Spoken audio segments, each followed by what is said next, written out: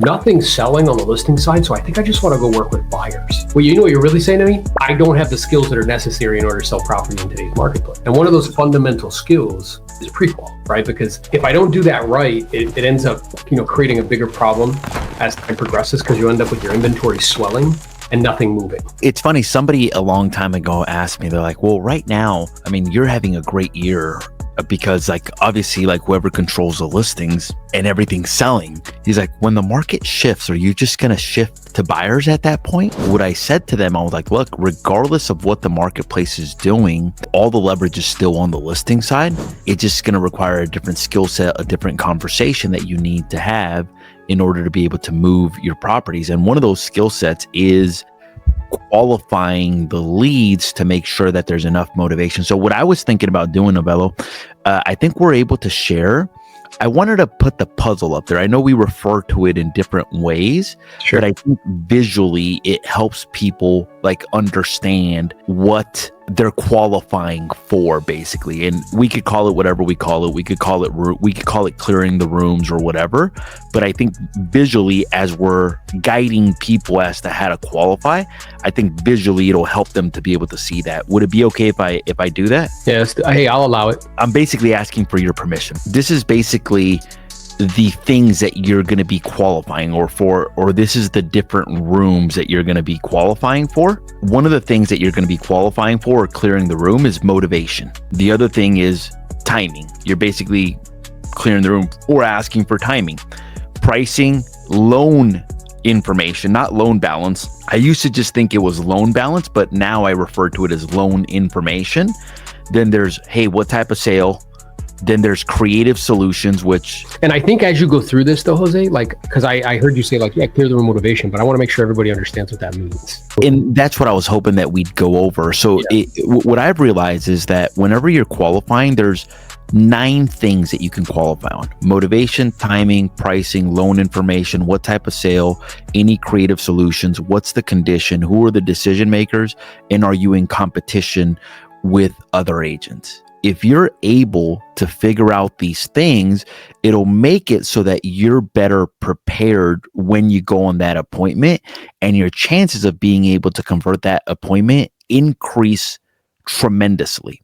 Now, whenever people come to either me or Aaron, and they come to us with not knowing what to do with that lead, it usually means that they're missing a couple of pieces of this puzzle, or they haven't cleared a room completely, which means that they're missing information on one of these items. So what Aaron and I will be doing today is we'll be helping you, how to clear the room on each one of the items, meaning what are the key questions to ask around motivation, timing, pricing, loan information, type of balance, and then we'll connect them, because if you look at the puzzle, they're all connected to each other, meaning they all intercorrelate, meaning the pricing connects with the condition.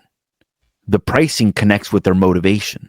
The pricing connects with the timing as well, too. So a lot of these things are interconnected with each other. But once you put it together, if you look at the background of this, you're able to see the full picture. If you take out any of these pieces, you can't see the full picture. We want to ask surgical questions around motivation, so where we're crystal clear on what their motivation is, and then we move on right to the next room, and so on and so forth. Now, just so people understand, I usually clear the room or collect the information from left to right. So I usually start off with the motivation, then I go into the timing, then I go into the pricing, then I go into the loan balance. The only time I kind of don't follow that structure are in a couple different scenarios. One, they're talking to me about the condition, and obviously I go from left to right a lot of the times. I'm going to go with the flow of that conversation. So I'm not going to stop them telling me about the condition. I'm just going to finish off that conversation because they're already talking about it. And sometimes it's easier to ride the wave than to go against the current, and it makes the conversation. It's almost like if Aaron's talking to me about something and I interrupt them, and hey, let's not talk about that. Let's talk about this. And I just keep interrupting them. It actually disrupts the flow. So that's one of the instances where I won't go with motivation, timing, pricing when they're talking about something already. Or if they've already given me that information, if they've already given me the timing and I'm pretty clear on that, I may just go from motivation to pricing at that point, basically. And because you know this mental framework so well, if they start talking to you about condition, in your mind, you're like, okay, I'm in the bottom left-hand quadrant. We'll talk about it. I'll clear that room, but then I'll go back up to motivation. And I'll go back out. I'll go back up to motivation, basically. And what I notice is a lot of people, when they start qualifying, if somebody's talking about the condition, they'll want to go up to the motivation when it's like, hey, this is one of the pieces or this is one of the rooms that you're going to have to clear. So since you're going to have to clear it, let's just talk about it right now. And it makes the conversation even a little bit more pleasant as well, too. Let's say I'm digging for the motivation and I'm noticing a little bit of pushback. I can continue pushing on the motivation, or I can move on to the timing, knowing that there's a couple of pieces on the motivation that I need to collect still, but to remove some pressure from that conversation, or if I notice that it's getting a little tense, I may move on knowing that I left that door still a little bit open and I still need to go back and close it fully. Yeah. So here's what's really interesting about what we're doing right now, Jose. So I was on a call with Mondo, who's the AI specialist that's coming to the Do More Deal Summit. You can see if you haven't gotten your tickets, it's on your screen, use the QR code. But essentially what you're doing, you have this app running in your mind. So when you talk to somebody, whether it's outbound or inbound, this app pops up. And then you're like, okay, cool. Like I'm going to move through, from left to right, and I'm going to ask all these questions. And that's going to give me all this data. And then there's like this other app that pops up. And the other app that pops up is based on that data, which solution would serve them best. What's so cool about this, because we're programming AI, we're building a product for agents. And in order to do that, though, we have to essentially teach it the apps that are in our mind. So when that inbound, call comes in, like let's say you have an AI assistant, and this is a little bit of digression, but it's not, it's in the same vein. And the AI assistant will pick up the phone and be like, hey, this is Susie from the Morales Group. How can I help you? And they're like, hey, my name's Tim. Hey, Tim, how are you? Doing great. How can we serve you today? And it's like, well, or if we get disconnected, what's a good number for me to call you back? They're like, it's this. Okay, good. How can we help? Well, I'm interested in talking to Jose about putting my home on the market for sale. Okay, great. Sounds like you want to speak to our sales department. Let me transfer you real quick. And they'll transfer him and another AI will answer. Hey, this is like John from Jose's team. It sounds like Susie let me know that you wanted to put your home on the market for sale. Is that correct? Yeah, that's right. Great. Well, I just have a couple questions to ask you just to make sure that Jose is fully prepared and can provide you with the most accurate information, be the best assistance, and he'll be brief because I know your time is valuable, and essentially run this app. Yes? Mm-hmm. But you have to go through and tediously tell the AI, kind of teach it how to run this app, right? And all these different scenarios that you're saying and all this other stuff, right? So that's just fascinating to me. It jumped out at me as we were having this conversation. Like, that's really what's going on. You're running this app in your mind when people would reach out. And because you know it so well, you can bounce around it. Like if they're pushing back on motivation, you're like, okay, cool. I know I'm going to come back to it though. Great, we're going to go to timing. And I'll ask some questions around timing and then try to circle back, right? And then if they're still a little resistant, okay, cool. And we'll talk about price, whatever, I could circle back.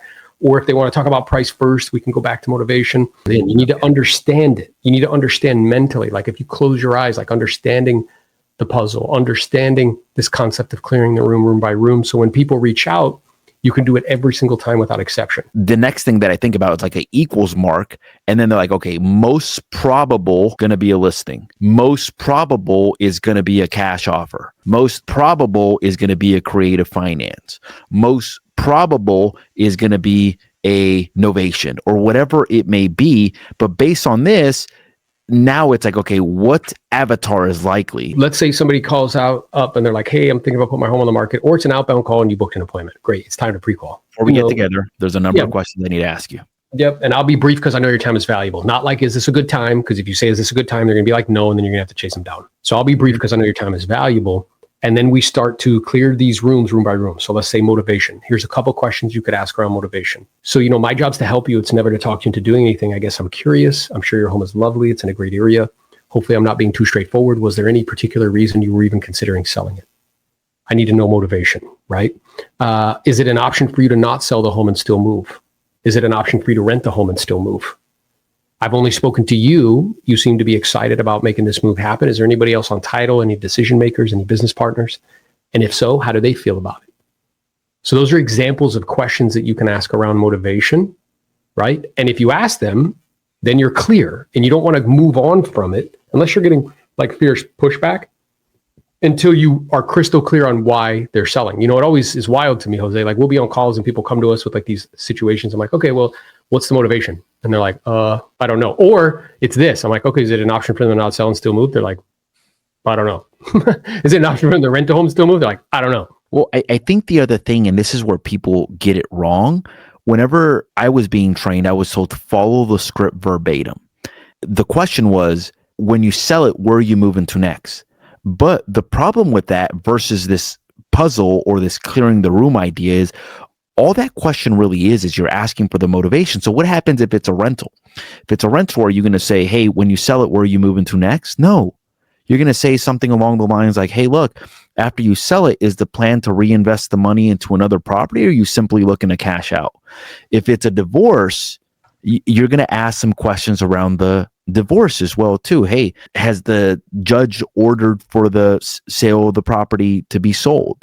What does the court order say as to how you guys are determining the real estate agent? When you sell it, where are you moving to next? All that question is really asking when you're looking at it is the motivation. That's right. Now, there's even more advanced questions on how to ask the motivation. Like, so for example, they're like, hey, really, that's not important in some cases. So like in some cases, you might get a little pushback. Like, hey, Aaron, when you sell it, where are you moving to next? I don't think it matters. Okay, not a problem. Just out of curiosity, like if you do sell it, is the plan to kind of stay here locally, or are you thinking about moving out of the area? No, we're going to be moving out of the area. Good for you, man. Congratulations. Like when you say out of the area, are we talking about like outside of Ventura County or outside of California? No, outside of California. Oh my God, I got so many clients that are moving out of California right now. If it's not too personal, you mind me asking, like, which states are you considering? Oh, I'm considering Texas and Arizona. Oh my God, that seems to be the most popular states right now for Californians. If it's not too personal, you mind me asking, like, what is important about moving out to either Arizona or even Texas? Well, I got family out there. And then we progress the timing. So timing would sound something like, you know, ideally in terms of what you want, because that's what's most important. How soon would you like for me to have your home on the market for sale? Right? If I was able to help you sell this home in the next 30, 45, 60 days, would that create a problem for you, or would that be okay? You want to gauge, because so many agents go on appointments where they don't ask these questions and they don't realize that these people are 8 months out, 10 months out, 12 months out. They get all their hopes up. They go on the appointment. They get all excited and like, hey, thanks for coming out. And you're like, okay. And you just hope and wish and pray that like maybe they call you back, or maybe they decide to sell and you play this follow-up game over time. And the chances of you listing that property are very, very small. And if you want to do like a low pressure, like timing question, hey, just out of curiosity, like what's an ideal time frame for you to sell this property? Is it like a month? Is it 6 months? Is it 5 years? Is it 10 years? Is it 100 years? That's a very low pressure way of asking for timing. And it also like is kind of funny, like 100 years. Ha ha, Jose. No, it's not 100 years. Nah, we're thinking like in the next 2 months. Or you can even say, hey, look, just out of curiosity, is there an ideal time frame for you to sell this property, or just the sooner the better? And then if they say like, well, you know, we're thinking like 2 months. Okay. And then just so I'm clear, were you thinking of being on the market in 2 months? Or were you thinking about being done and complete, sold and closed, escrow done, and you have a check in your hand in 2 months? Which would be your preference? For a lot of our elite builders, on some of these topics, we actually have PDFs for you guys, where on the motivation, it's like a 12-page document. It sounds crazy, but on all the different ways that you can ask for motivation, timing, pricing, loan balance, type of sale. And then we're working on creative finance, condition, which is a combination of everything that Aaron and I teach basically for our elite builders. That's right. And that's why they're doing more deals in a difficult marketplace and making more money. So now we can pivot to